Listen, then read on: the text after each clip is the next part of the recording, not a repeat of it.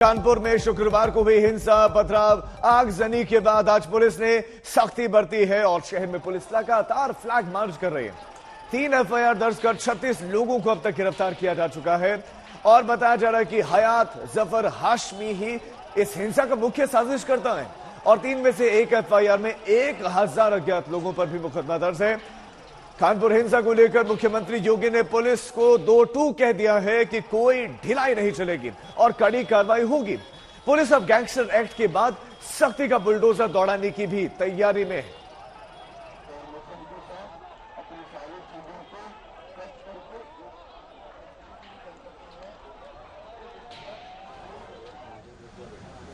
तो कानपुर में कल जबरदस्त हिंसा हुई और उसका ये जो सीसीटीवी फुटेज है, अब आप देखिए, ये बिल्कुल जो नया सीसीटीवी फुटेज सामने आया है वो है जिसमें आपको ये उपद्रवी दिखाई देंगे, हाथों में पत्थर जैसे, और देखिए सड़क से पत्थर उठाए जा रहे हैं और ये पत्थर दूसरी तरफ फेंके जा रहे हैं। जबरन दुकान बंद कराने को लेकर ये जो है उसके बाद हिंसा हुई।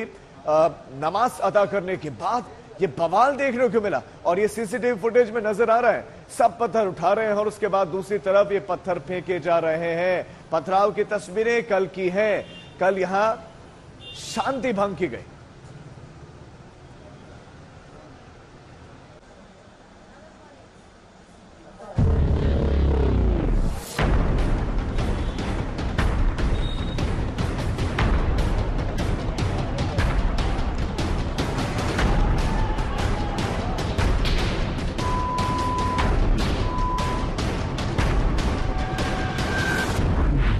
ना कोई छिप सकेगा, ना कोई भाग सकेगा। सबकी पहचान होगी, सबका हिसाब होगा। कानपुर में कल दोपहर से शाम तक जिसने फेंकने के लिए पत्थर उठाया, सब अपने चेहरे टीवी स्क्रीन पर देख लें, क्योंकि अब कानून से जान पहचान होगी तो मासूमियत का ड्रामा नहीं चलेगा। कानपुर की नई सड़क इलाके में नमाज के बाद सड़क पर उतरी भीड़ अचानक से कैसे उन्मादी हो गई, ये सीसीटीवी वीडियो इसका सबूत है। तेजी से दौड़कर आते ये सभी उपद्रवी सामने की ओर पत्थर फेंकना शुरू कर देते हैं। कुछ अपने साथ पत्थर लेकर आए तो कुछ सड़क से ही पत्थर उठा रहे हैं। भीड़ इतनी है कि किसी एक पर ध्यान देना मुमकिन नहीं है। ये हरे कुर्ते वाला, ये लाल कुर्ते वाला, ये सफेद कुर्ते वाला, ये काली टी शर्ट वाला, ये सब दौड़ दौड़ कर पत्थर बरसा रहे हैं और पीछे की ओर लौटते जा रहे हैं। लेकिन पीछे लौटते हुए ये सभी लोग सड़क के एक कोने पर बनी इस दुकान और इसके पीछे के मकानों को भी निशाना बना रहे हैं, इस बात से बेखबर कि इन सब के चेहरे इस सड़क पर लगे सीसीटीवी कैमरे में कैद हो चुके हैं। 3 एफआईआर पंजीकृत कराई है, जिसमें अभी तक 36 लोगों को आइडेंटिफाई किया गया है।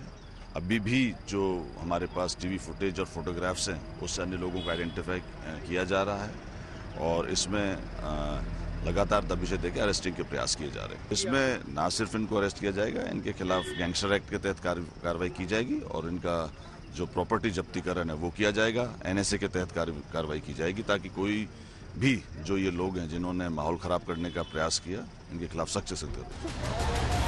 पत्थर बरसाने वाले कई लोगों की कुंडली पुलिस के हाथ पहले लग चुकी है। इसमें से कुछ खास नाम ये हैं: एहतशाम, जिशान, आकिब, निजाम, अजीजुर, आमिर, जावेद, इमरान। लेकिन सबसे अहम है हयात जफर हाशमी का नाम। MM जौहर फैंस एसोसिएशन चलाने वाला हयात हिंसा भड़काने और लोगों को उकसाने के लिए मुख्य साजिशकर्ता माना जा रहा है। हयात का नाम CAA और NRC विरोधी हिंसक प्रदर्शनों में भी था। इन 3 एफआईआर में 2 एफआईआर ऐसी हैं जिसमें पुलिस ने लिखाई है और इन एफआईआर में जो 40 लोग नामजद किए गए उसमें हयात हाशमी का नाम सबसे ज्यादा चर्चा में आ रहा है कि उसके द्वारा इस पूरी बलवा की साजिश को न सिर्फ अंजाम दिया गया बल्कि साजिश भी रची गई। और इसके पीछे आने की वजह भी बताई जा रही है कि जब CAA NRC का बलवा हुआ उत्तर प्रदेश के तमाम शहरों में, जिसमें कानपुर का भी ये इलाका है जहां पर बलवा हुआ, तो उसमें भी हाशमी का ही नाम सामने आया था। लिहाजा एक तरीके से अगर कहा जाए कि कानपुर के जो अमन चैन बिगड़ा उसमें एक साजिशकर्ता के तौर पर हाशमी का नाम आ रहा है। शुक्रवार रात की गलतियों से कानपुर पुलिस सबक ले चुकी थी, लिहाजा आज सुबह हिंसा वाले और आसपास के इलाकों में छावनी जैसा मंजर था। चारों तरफ पुलिस फोर्स तैनात, फ्लैग मार्च, घुड़सवार दस्तों का मार्च, बाइक सवार जवानों का मार्च, माहौल ऐसा कि चिड़िया भी पर मारने से पहले सोचे। भिड़ंत, पथराव और दंगे के हालात कानपुर में कल दोपहर ही बन गए थे, लेकिन कानपुर पुलिस को योगी मॉडल अमल में लाने में देरी हो गई। दंगई कई घंटों तक सड़कों, गलियों, चौक चौराहों पर कब्जा किए रहे। कानपुर पुलिस इनसे मोर्चा लेती रही। हालात पर काबू पाने के बाद पुलिस ने रातों रात ही सीसीटीवी खंगालने शुरू कर दिए। 40 से ज्यादा नामजद आरोपियों के खिलाफ केस दर्ज हुआ है। हिंसा के मामले में कुल 3 एफआईआर हुई है। 1000 से ज्यादा लोग अज्ञात आरोपी बनाए गए। आरोपियों पर गैंगस्टर एक्ट लगाने की तैयारी है। आरोपियों के घरों पर बुलडोजर एक्शन भी हो सकता है।